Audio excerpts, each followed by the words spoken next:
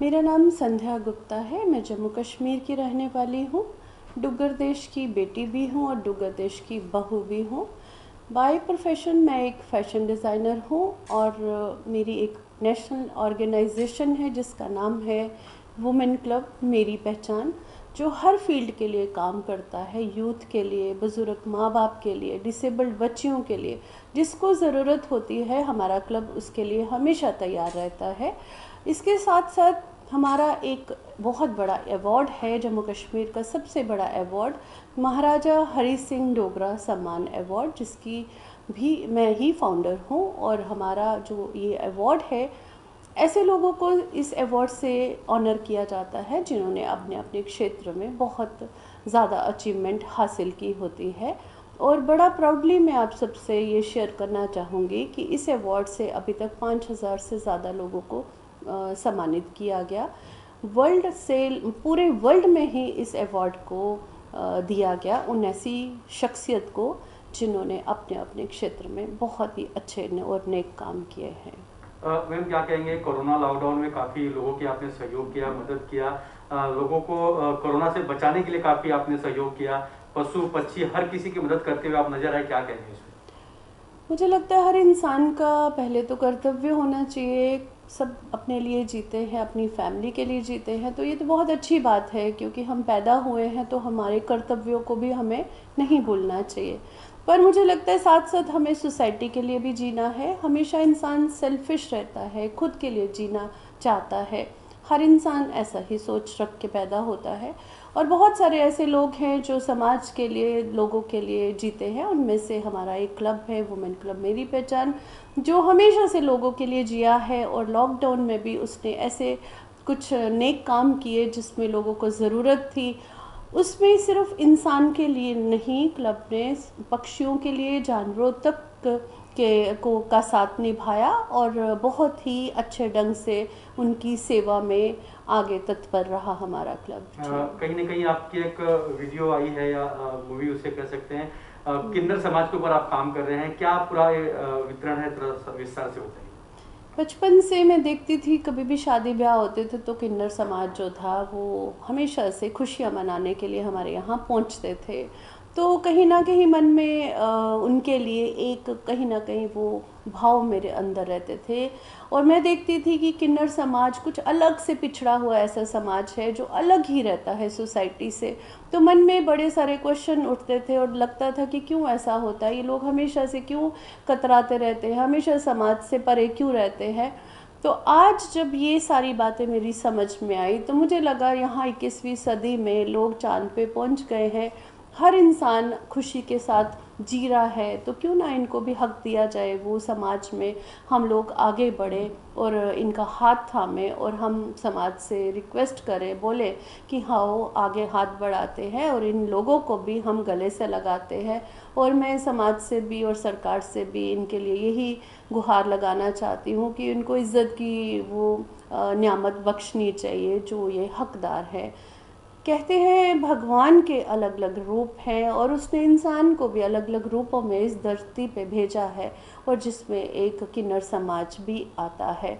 और उनका तो कोई कसूर था ही नहीं, ये तो ऊपर वाले की देन थी।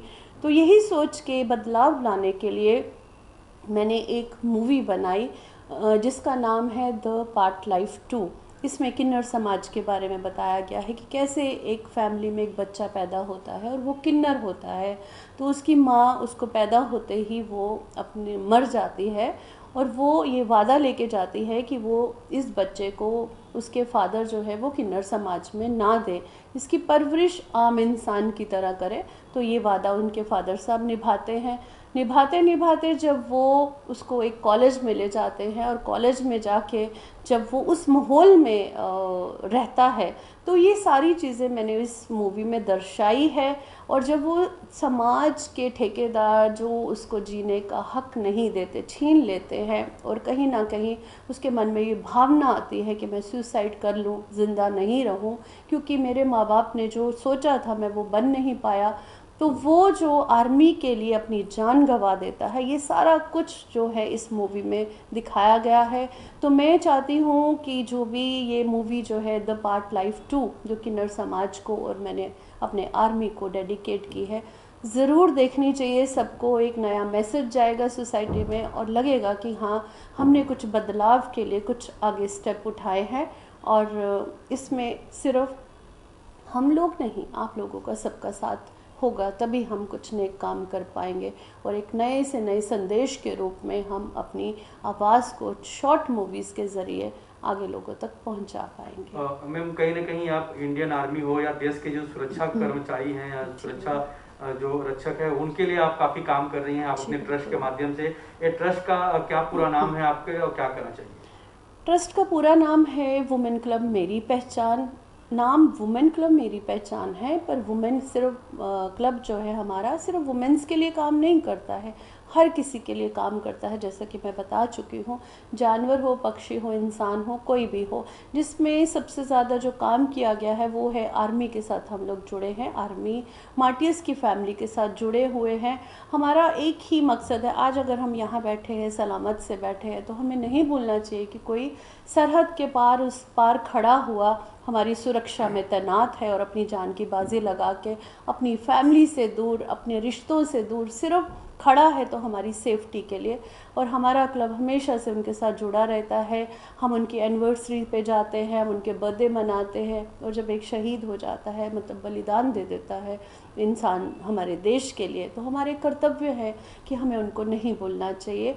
और ज़्यादातर मेरा फोकस रहा डिसेबल्ड आर्मी जवान्स के लिए। मुझे लगता है जब एक आर्मी शहीद हो जाता है, बलिदान दे देता है, तो वो एक दिन की मौत मरता है। पर जो डिसेबल्ड हमारे आर्मी भाई हैं, जब वो डिसेबल्ड हो जाते हैं, मैंने ऐसे ऐसे लोगों को देखा है जिन्होंने दोनों टांगे, दोनों हाथ अपने और आंखें तक गंवा दी, सिर्फ जिंदा एक दड़ है, तो वो तो दिन रात रोज़ की ज़िंदगी रोज़ मर रहे होते हैं। तो हमारा देश बड़ी जल्दी भूलने में आगे रहता है। तो मकसद आप सबसे आज रूबरू होने का यही था कि अपने जवान्स को मत भूलिएगा, उन्हीं की वजह से आज हम सुरक्षित हैं, हमारा देश सुरक्षित है। कहीं ना कहीं देश में कुछ अलग बदलाव हो, जम्मू कश्मीर में कुछ अलग बदलाव हो, किस तरह की आप अपील करना चाहेंगे लोगों से? एक तरफ मोदी सरकार कई कई प्रोजेक्ट पे काम कर रही, क्या करना चाहेंगे, इसमें क्या विचार है? मोदी सरकार तो अभी तक बहुत अच्छे नेक काम कर पाई है। मोदी ऐसे एक इंसान फरिश्ते के रूप में हमारे हिंदुस्तान को मिले हैं, जिन्होंने हिंदुस्तान को एक अलग ही रूप दे दिया है।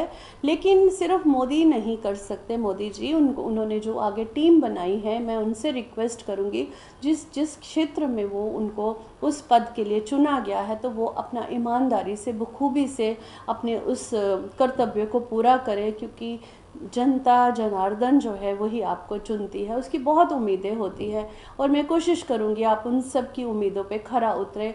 रही बात जम्मू कश्मीर की, तो हम डोगरे हैं, हम यही चाहते हैं कि हम इज़्ज़त से जिए, सर उठा के जिए।